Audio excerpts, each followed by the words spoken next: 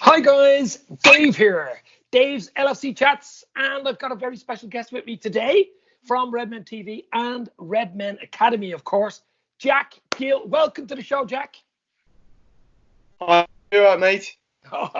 Well, as I just said earlier, I'm getting along here. Health your wealth. Listen, we're in crazy times at the moment, and we're just trying to fill in time by making videos. There's no even football. It's just retro football. I've been watching 1980s and 90s football brings me back memories now. I'm a lot older than you, but I mean, like, it's just absolutely crazy. But as I say earlier, health is your wealth. How have you been? How are you coping with all this madness?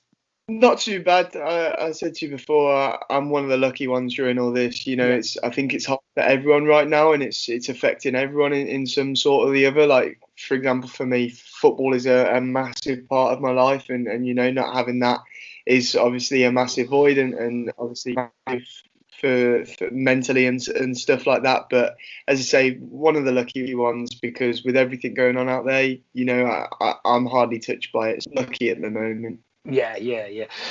Okay, so the reason I have you on is because Redmen Academy, of course, which is the show you run for Redmen TV. And it's all about the young lads. It's about the next stars. It's Curtis Jones of this world, the Harvey Elliott's, even the Joe Hardys. You know what I mean? It's the whole shebang. And it's basically to chat to you about the young lads and who do you think is going to be the next shining star to break into the Liverpool squad?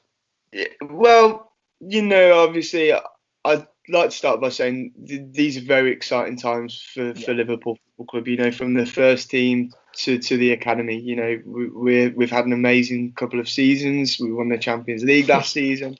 We're 6 points away from confirming, number 19. Things are looking good from a first team perspective. And then you've yeah, looked towards our youth a lot this season as well, and they've shown too that they're also outstanding, and we have some very outstanding youth products. You only have to go back to the Youth Cup last season that we won, with young Bobby Duncan and Pau Glatzel leading the line and getting incredible numbers. Then there was obviously worrying times.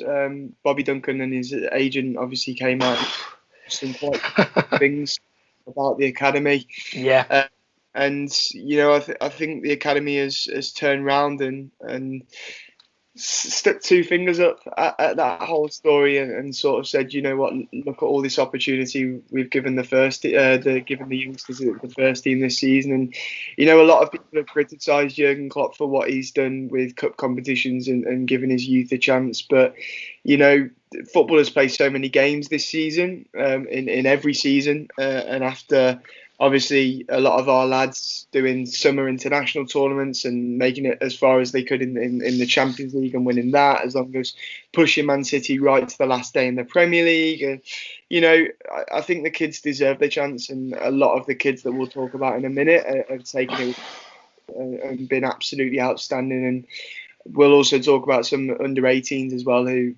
are having incredible seasons and are definitely Yeah. people that you should be keeping your eye on.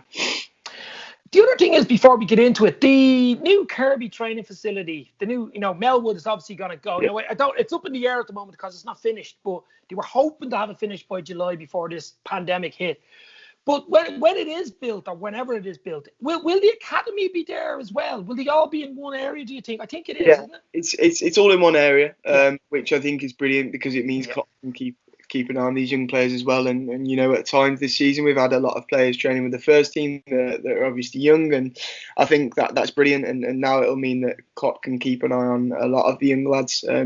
As we say, football is growing and growing and growing. There are more games. There seems to be more games every season.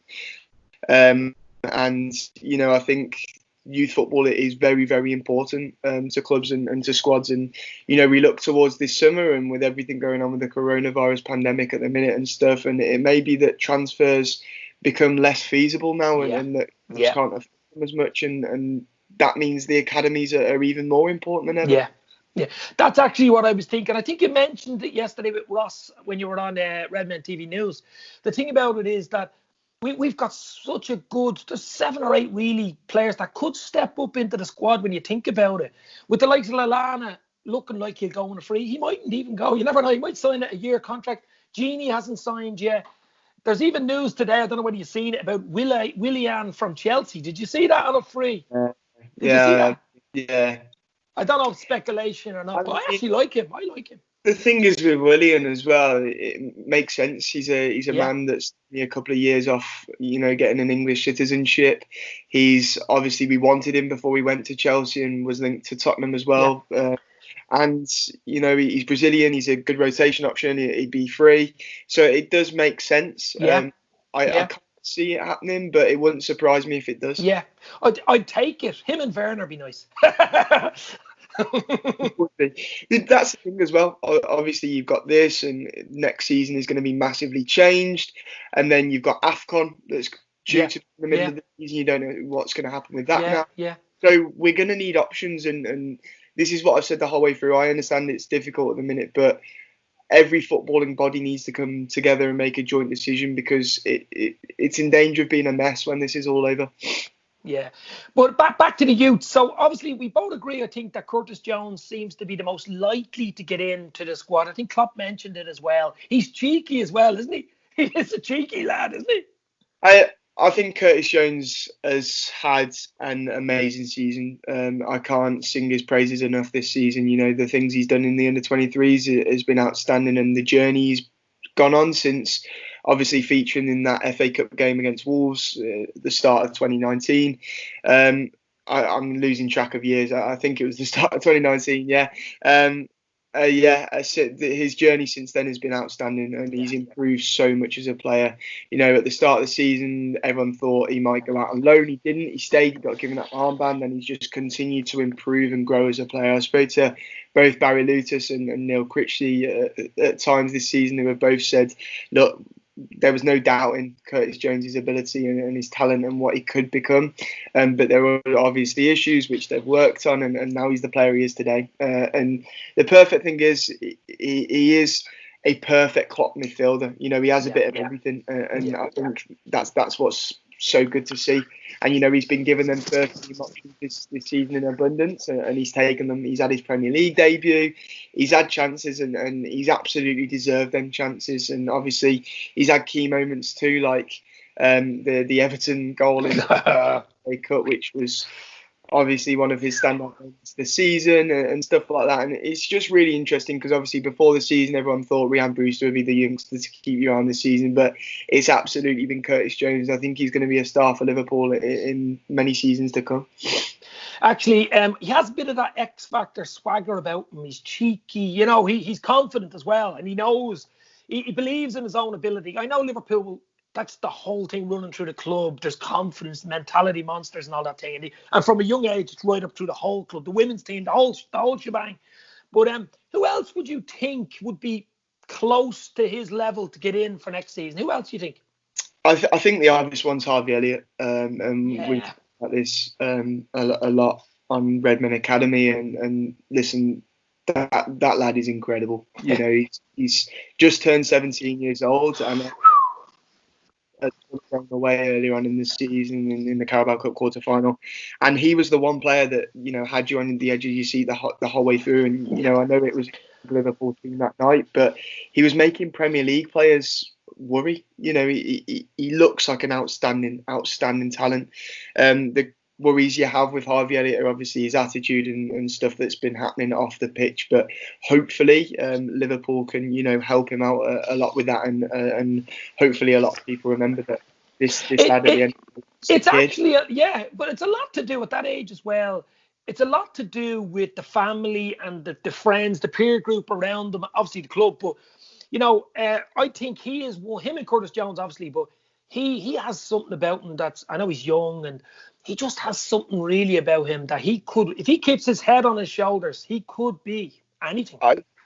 I mean, the thing for me with Harvey Elliott is like we say, we need to help him out. I was quite critical of the club and how, obviously, with all the stuff that's come out recently about him, I thought as soon as it came out with what he did with Harry Kane and he had to go through social media lessons and stuff like that, I think the club should have helped him a bit more and made sure something like this didn't happen. He's very young and he's in the public eye. The things I was doing when I was 16, 17, I wouldn't want to be in the public eye all the time. And it's bad that this lad is growing up, being famous at the end of the day, and it may harm him massively and his career going forwards. But I think if he manages to sort himself out with that, he'll be an excellent player in the future. Yeah, yeah. But we're the club that he wants to be at, and we're the club that he wants to break through at, and I think he's going to be a star in the future. The other one's Neco Williams. Yeah, I was just about to say Neco Williams. Yeah, he has grown so much as a player this season. Starting the season, I'll be honest with you, there was not too much that me and James knew about this man. Every time you watch him play this season, he's improved. He's an outstanding talent, and I am a massive fan, Dave, of the new breed of fullbacks.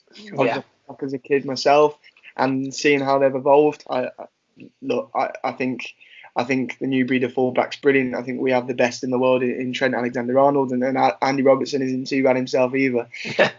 But I think Neco Williams is the perfect study for Trent Alexander-Arnold, and I spoke to James before about how many teams in the Premier League Neco Williams would get into himself to start in. He is that good, and it's one of them situations where I think he is very close to getting in the European Championship squad for Wales. For Wales, yeah. Yeah, I think this is a lad that may be wanting a loan move, so he has regular football in order to do that, which I think would be a shame.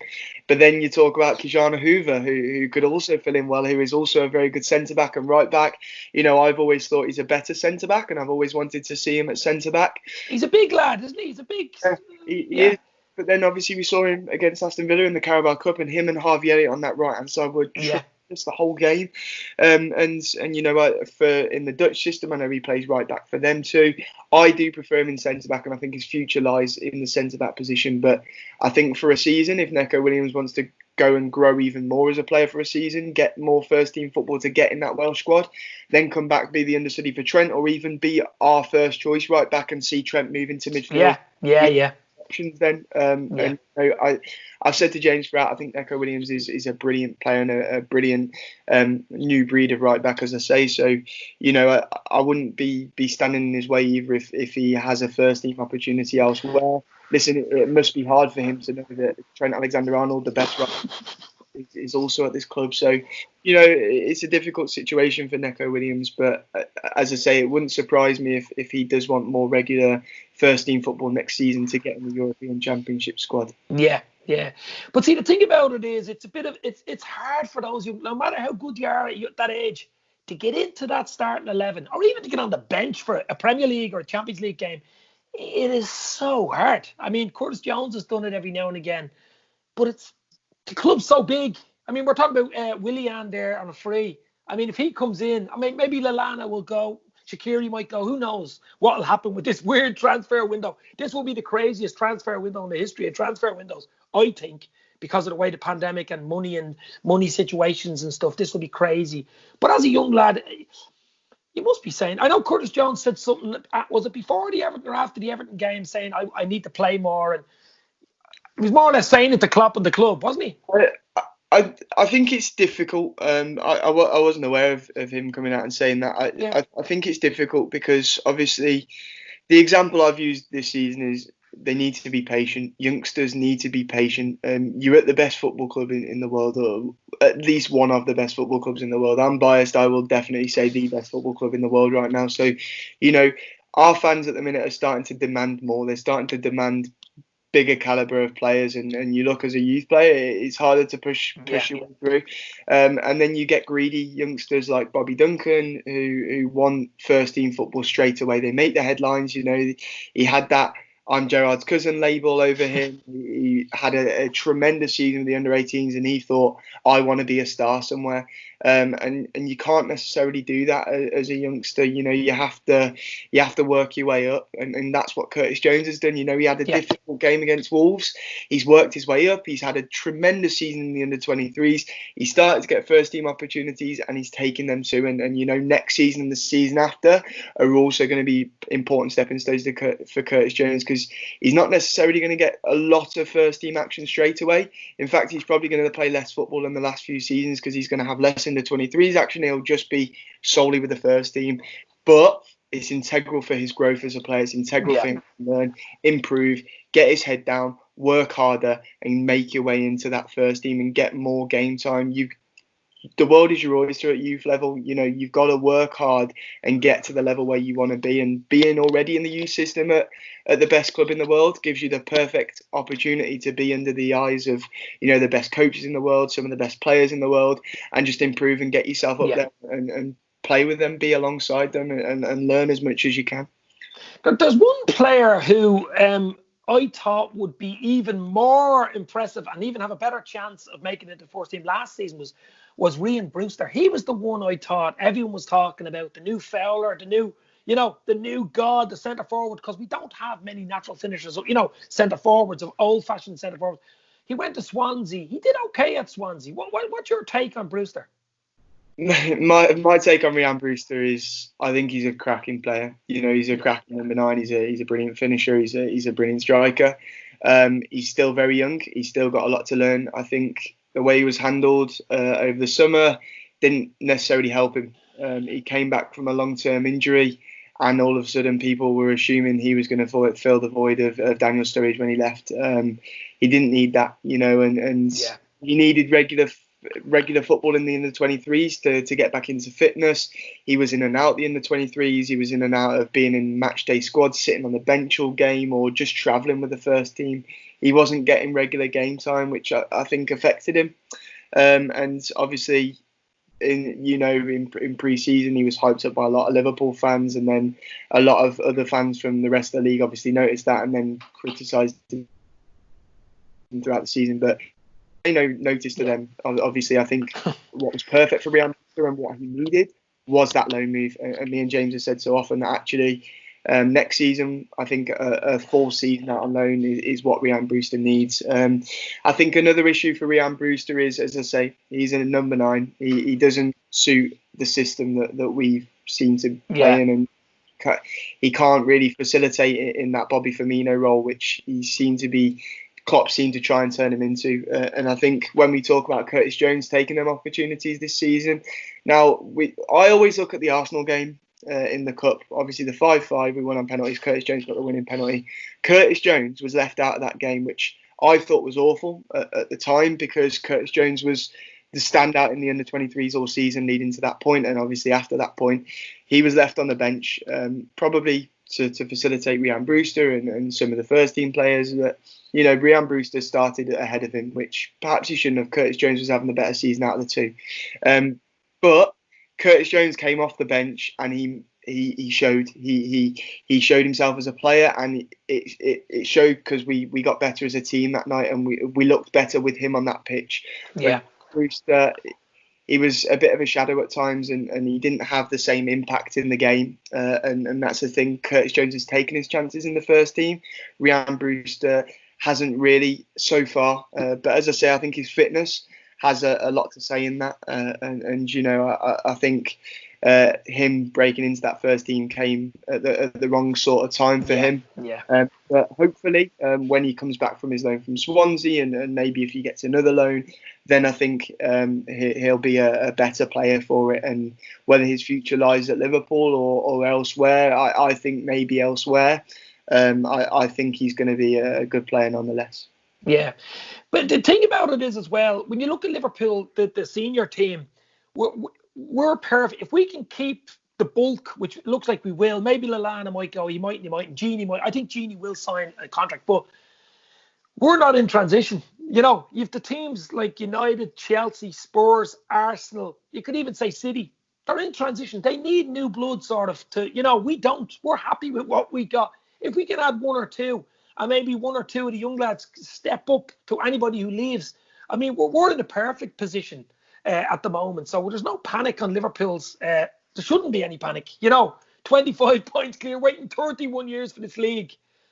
I mean, it's just crazy.